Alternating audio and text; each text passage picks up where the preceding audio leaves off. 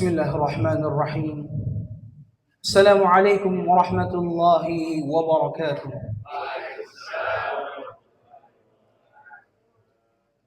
Innal hamdalillah jalla jalaluhu nahmaduhu wa nasta'inuhu wa nastaghfiruh wa natubu ilayhi wa na'udzu billahi min shururi anfusina wa min sayyiati a'malina. من يهده الله فلا مضل له ومن يضلل فلا هادي له أشهد أن لا إله إلا الله وحده لا شريك له وأشهد أن محمدا عبده ورسوله. قال تعالى في كتابه الكريم: يا أيها الذين آمنوا اتقوا الله حق تقاته ولا تموتن إلا وأنتم مسلمون. وقال تعالى في كتابه: يا أيها الناس اتقوا ربكم الذي خلقكم من نفس واحدة وخلق منها زوجها وبث منهما رجالا كثيرا ونساء واتقوا الله الذي تساءلون به والأرحام إن الله كان عليكم رقيبا. وقال تعالى: يا أيها الذين آمنوا اتقوا الله وقولوا قولا سديدا يصلح لكم أعمالكم ويغفر لكم ذنوبكم ومن يطع الله ورسوله فقد فاز فوزا عظيما. أما بعد. Hadirin jamaah musalla at-taubah yang semoga dirahmati oleh Allah Subhanahu wa taala. Pertama-tama marilah kita ucapkan puji syukur kita kepada Allah Subhanahu wa taala, yang dimana Allah Subhanahu wa taala telah memberikan kepada kita kenikmatan-kenikmatan, yang dimana di antara kenikmatan-kenikmatan tersebut ialah nikmat Islam. Nikmat Islam merupakan nikmat yang paling agung jemaah. Kemudian nikmat iman serta nikmat sehat dan waktu luang. Sebagaimana Rasulullah SAW bersabda terkait dengan dua nikmat, yaitu nikmat sehat dan nikmat waktu luang. Ni'matani maghbunun fihima katsirun minan nas. Terdapat dua nikmat yang dimana di dalamnya banyak sekali golongan dari manusia yang tertipu dengannya. As-sihhatu wal faragh, yaitu nikmat sehat dan nikmat waktu luang. Jemaah rahimakumullah, berdirinya ana di atas mimbar ini, saya selaku seorang mukmin, dan kita semua seorang mukmin insyaallah taala, hendaknya kita saling mengingatkan. Allah Subhanahu wa taala berfirman: "Wa dzakir fa inna dzikra tanfa'ul mu'minin." Dan berikanlah peringatan, sesungguhnya peringatan itu memberikan manfaat bagi orang-orang yang beriman. Hadirin jemaah rahimakumullah, seringkali kita disibukkan dengan mengejar urusan dunia, tertipu dengan jabatan dan urusan dunia yang lainnya. Akan tetapi kita terlupakan dengan tujuan utama kita diciptakan di dunia ini oleh Allah Subhanahu wa taala. Allah Subhanahu wa taala menjelaskan di dalam kitabnya tentang tujuan penciptaan manusia. Allah Subhanahu wa taala berfirman: "Wa ma khalaqtul jinna wal insa illa liya'budun." Dan tidaklah aku ciptakan jin dan manusia kecuali melainkan untuk beribadah kepadaku. Hadirin rahimani wa rahimakumullah,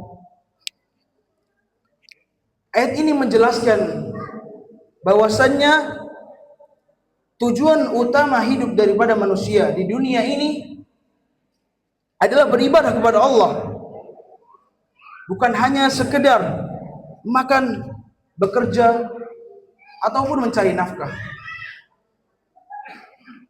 Hadirin rahimani wa rahimakumullah, menurut ulama ahli fiqh menjelaskan tentang definisi ibadah. Apa sih ibadah itu? Syekhul Islam Ibnu Taimiyah mengatakan, ya ismun jami'un li kulli ma yuhibbuhu Allah wa yardahu min al-aqwal wal a'mal al-zahirah wal batinah. Ibadah ialah merupakan suatu nama yang mencakup segala apa-apa yang dicintai dan diridhai oleh Allah Azza wa Jalla, berupa perbuatan ataupun ucapan, baik itu yang zahir maupun yang batin. Hadirin rahimani wa rahimakumullah, yang perlu kita ingat, kita hidup di dunia ini hanyalah sebentar.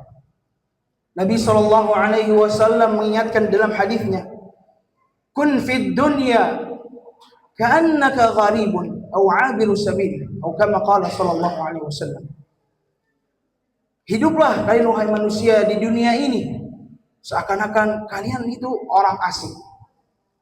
Yang dimana hadis ini menjelaskan kepada kita semua bahwasannya dunia ini bukanlah tempat tinggal bagi kita untuk selamanya. Akan tetapi dunia ini menjadi tempat sehingga kita sebelum menuju kehidupan yang kekal, kehidupan yang abadi, yaitu kehidupan di akhirat kelak.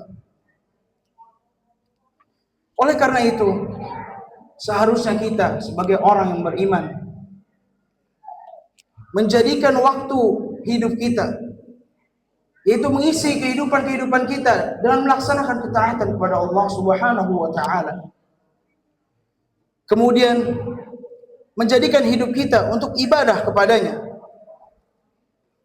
dan amalnya sebagai bekal menuju akhirat.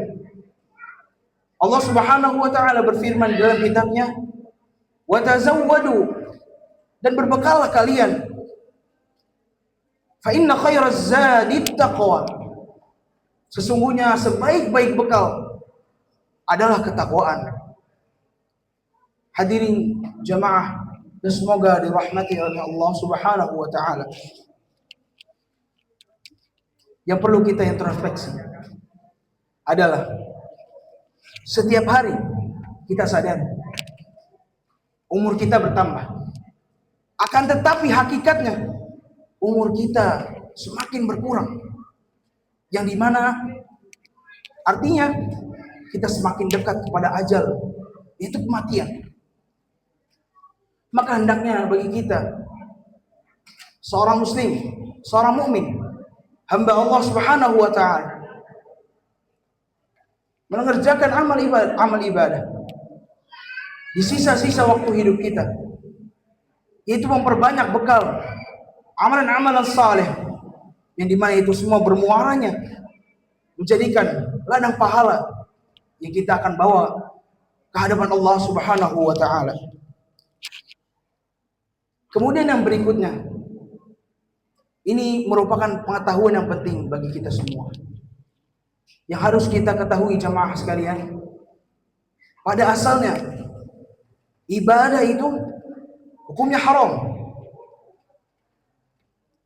Para ulama fikih mereka memiliki kaidah al-aslu fil ibadat at-tauqif, atau yang paling terkenal di ulama kalangan Syafi'iyah, al-aslu fil ibadat at-tahrim.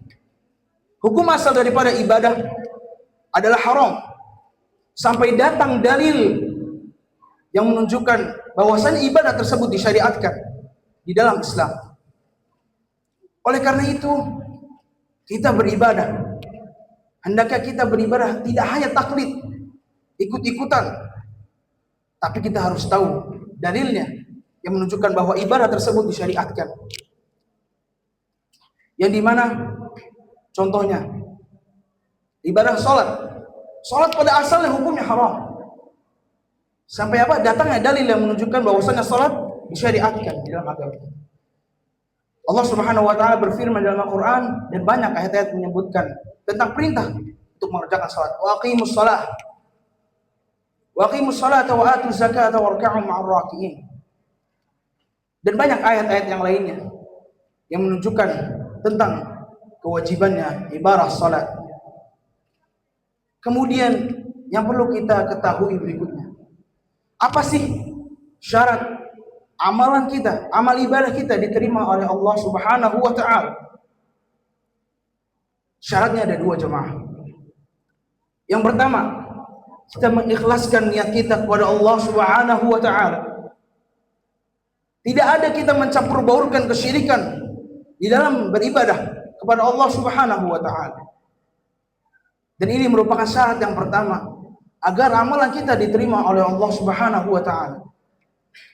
Kemudian syarat yang kedua, al-mutaba'ah bi Rasul sallallahu alaihi wasallam, yaitu kita beribadah meneladani sesuai tuntunan Rasulullah sallallahu alaihi wasallam. Demikianlah dua syarat yang telah disebutkan merupakan syarat diterimanya amal ibadah kita oleh Allah Subhanahu wa taala. Oleh karena itu, hadirin yang semoga dirahmati oleh Allah Subhanahu wa taala, sebelum saya tutup, harapannya ke depannya kita sudah mengetahui ilmu yang telah tadi disampaikan, bahwasanya syarat amal kita diterima oleh Allah Subhanahu wa taala adalah dengan memenuhi dua syarat tersebut. Yang terakhir, saya ingin mengingatkan, Allah Subhanahu wa taala berfirman, wa'bud rabbaka hatta ya'tiyakal yaqin. Dan beribadahlah kepada Rabbmu sampai datang kepada kalian al-yaqin, yaitu kematian. Hadza wa sallallahu ala nabiyyina Muhammadin wa ala alihi wa sahbihi wa sallam. Akhirul kalam, wassalamu alaikum warahmatullahi wabarakatuh. Waalaikumsalam.